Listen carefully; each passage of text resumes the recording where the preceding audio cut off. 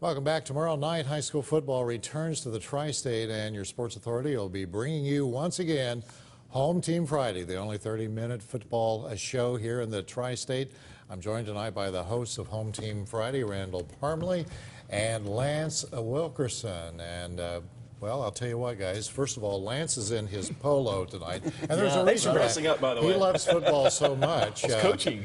His 7-year-old son Cal is playing football, so you had dad duties tonight. He got to wear shoulder pads for the first time in his life. Oh, he thought he was big time. So we're going to see Cal on Home Team Friday in about 10 years. You might, yeah. I'm sure he'd like that. Yeah, the way he's growing. I think we've had Cal on Home Team Friday before. He made it last year. Yeah, it was kind of fun. Well, I'll tell you what, we're on both sides of the river, Indiana and Kentucky, considered, well, basketball states, and to an extent Illinois too, but something about high school football is really special in this region. I think it's some of the best high school football in the country. Is that a stretch? I say this every year at our Home Team Friday banquets. Lance actually hired me 11 years ago. Is it that long? It's been that long ago, I know. Old guys at this point in time. But I can remember coming in here and Lance told me all about Home Team Friday. And I thought, yeah, okay. We've got some pretty good football down in Bowling Green, where I was from at that point in time.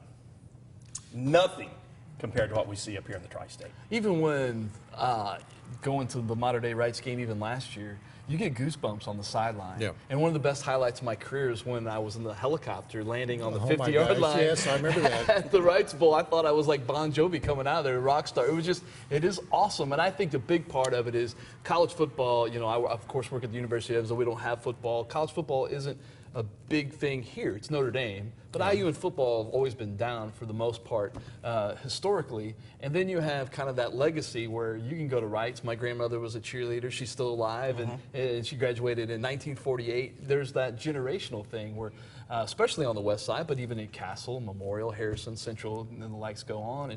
And I think it's special because when you come here, usually people ask you, what high school did you go to? Yeah, and you know what's really hard to believe? 20 years.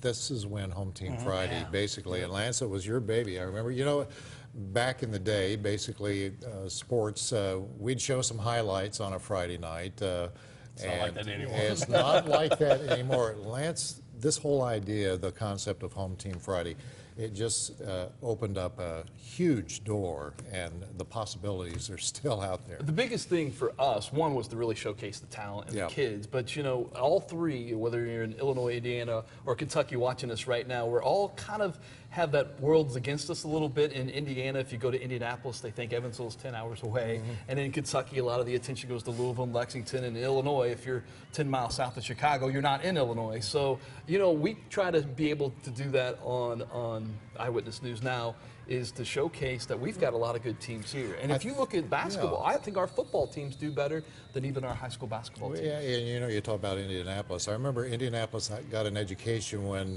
they came down here and played Wrights that one year. Oh, yeah, that was awesome. And just what happened there.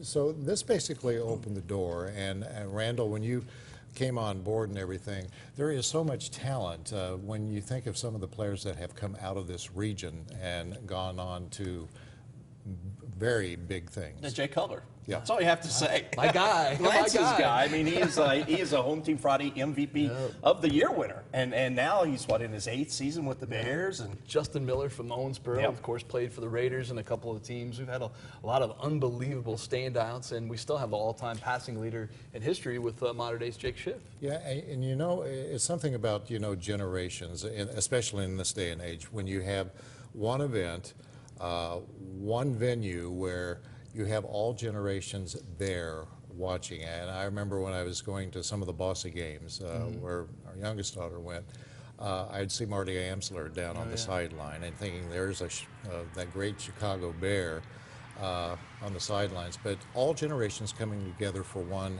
event at a high school football game. You just don't see something like that. Well, you see highlights from that Modern Day Rights game last year at the Bowl, and you know, you go out there in week 9 and there's 10,000 people there at a high school football game. I think there was 12 last year. I mean, it's absolutely amazing. And it is, at that point in time, it's a community event, especially in these big games. Yeah. And I remember we went to this half-hour format about 10 years ago, and And I remember one of the reasons that we did that is because you got all these fans, like a typical night at the Wrights Bowl with all those fans. By the time they get to the pizza restaurants, get home to see their kids play football, well, the original Home Team Friday and showing these highlights was like 7 minutes past 10 o'clock. was it? They were missing it, but now they get home, they watch, and it's in a half-hour format. And the cool thing is, a lot of these teams, they will hang out there in the locker rooms after the games just to watch Home Team Friday. I know Central does it every game. They hang out and watch Home Team Friday in the locker rooms. And the biggest thing I wanted to do it was to show more than 2 plays